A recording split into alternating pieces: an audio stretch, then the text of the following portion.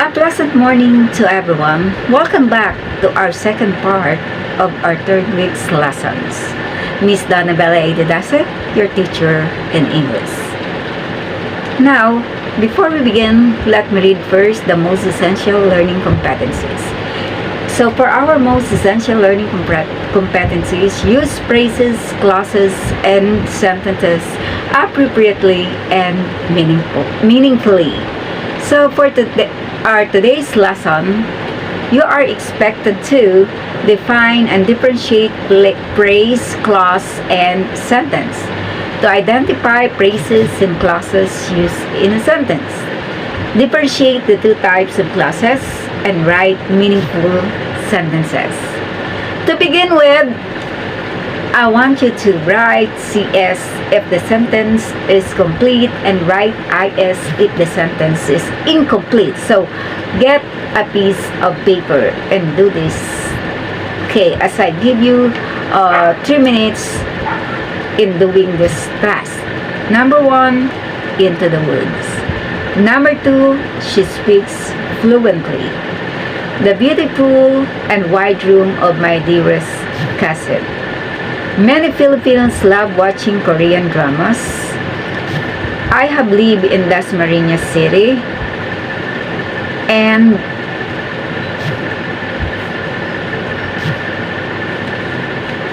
many students are fond of using gadgets.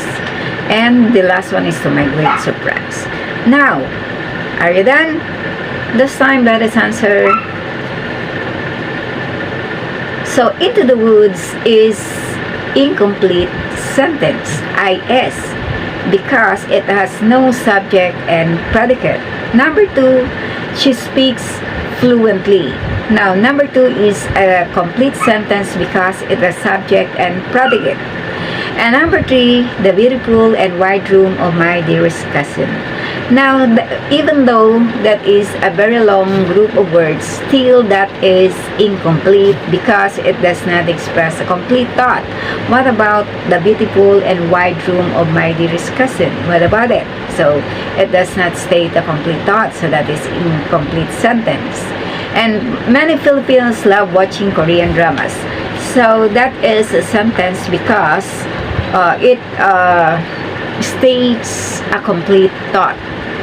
That Filipinos, what do Filipinos love? Watching Korean drama. So, it has subject and predicate. So, number 5, I have lived in Dasmariñas City for 5 years. That is a sentence because it also states a complete thought and has subject and predicate.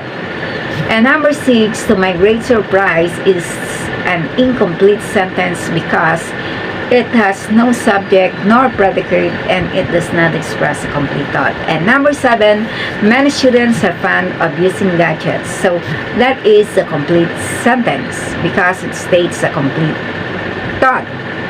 Okay, now this time, let us proceed to the meaning of phrases, clause, and sentence. So what is a phrase? A phrase is a group of words that stands together as a single grammatical unit, typically as a part of a clause or a sentence. It cannot stand alone as it does not contain a subject and a verb. It does not give a complete idea. It usually consists of an article, preposition, or pronoun. It acts as a noun, an adjective, or an adverb in a sentence. So, it can also define as a group of related words which lacks subject and a verb that acts as single part of speech in a sentence. So, let me give you example. So, on the table, that is, it has no subject nor verb. That's why it is considered a phrase. Finish the task has no subject. And Christine and her friends, okay, in that group of words, there is no verb. So those are examples of a phrase. And then, let us proceed to clause. What is a clause? A clause is a group of words having both subject and a verb. It can sometimes act as a sentence, but is not always the case. Now, there are two types of clause. an independent clause and the dependent clause. So what is an independent clause? An independent clause is one that can stand alone as a sentence. It requires no extra information to understand. It has a subject, a verb, and a complete thought. Okay, as in the given examples. After I die, I will be forgotten. So I will be forgotten is an independent clause because it can stand alone. I love my country is also an independent clause because it requires no extra information to understand. And then when we pay our taxes diligently, it shows that we love our country. So it shows that we love our country is also an independent clause because it has a subject, a verb, and it expresses a complete thought. Okay? And how about the dependent clause? What is a dependent clause? A dependent clause is a clause that cannot stand alone as a sentence. It is called dependent clause or a subordinate clause because it needs to be attached or joined to an independent clause. So in other words, dependent clause cannot stand alone without the help of independent clause. It is a supporting part of a sentence. Now, dependent clauses begin with subordinating conjunctions such as before, if, when, after, so, hence, therefore, since, because, so that's, and many others. Now this time, the bold-faced clauses have a subject and a verb, but the idea or thought is incomplete. So these are examples of the dependent clauses. After I did my best to study, so that is an example of a dependent clause because it depends on the independent clause. I receive a high mark. So why it is an independent? Because after I did my best to study, so what about it? So it does not express complete thought. So by accompanying the I receive high marks, which is the independent clause, then you can now understand. So that is an example of dependent clause. Because I woke up late is also an example of dependent clause. Another one, before you leave the classroom, make sure to turn off the light. So all of them in the bold sentences are examples of dependent clause. Now this time, I want you to get a piece of paper and underline its dependent clause. Okay?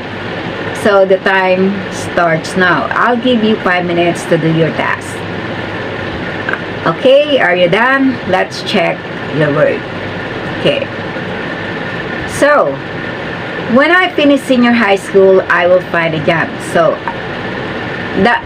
the dependent clause there is when I finish senior high school. Very good. Number 2, if the problem continues is the dependent clause, so that she will have an award after I clean our classroom. And number 5, wherever I go is the dependent clause. And number 6, before mother gets angry, you should clean your bedroom. So before mother gets angry is the dependent clause. And then the last one is, however, I didn't buy anything. So knowing what is the dependent and an independent clause, now you can identify them. That the dependent clause cannot stand alone, while the independent clause can stand alone. Now this time, a sentence. So what is a sentence? Now a sentence is a set of words that contains a subject. What is a subject? It's about or the topic of the sentence. And what is a predicate? A predicate is what is said about the subject. A sentence also expresses a complete thought and begins with a capital letter and ends with a full stop period, a question mark, or an exclamation point. Examples: everyone needs food. Are you okay? Look out! I was very tired, so I stayed at home. Now let me let me recall the four types of sentence. So there are four types of sentence: the interrogative sentence, which asks questions; the declarative sentence that states a statement; and the imperative sentence that states a command or a request; and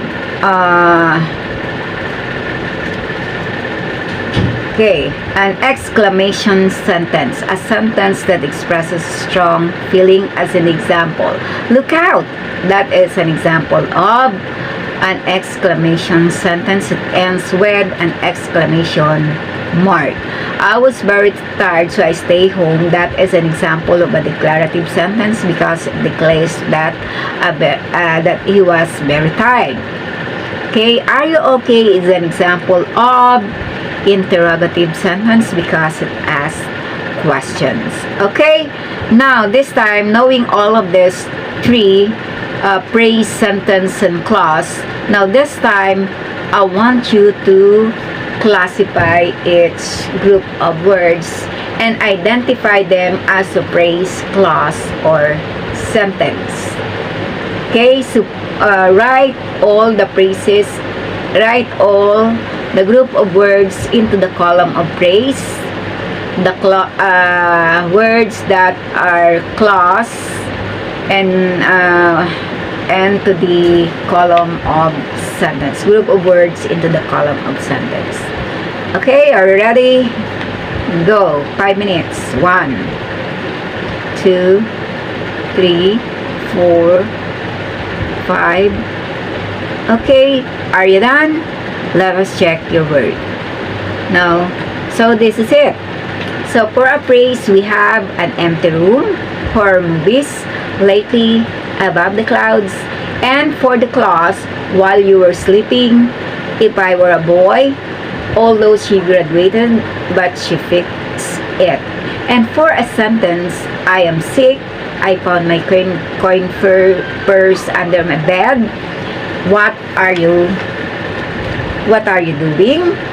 Okay, so now that you know about phrases or phrase, clause, and sentence, so this time for your final task, I want you to do learning task 3 on page 28 and learning task 6 on page in your learning module. So write your answer on a clean sheet of paper, then pass or send your finished output in our GC.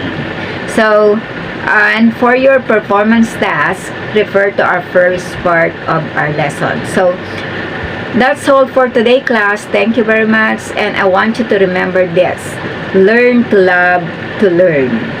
Okay, with that, you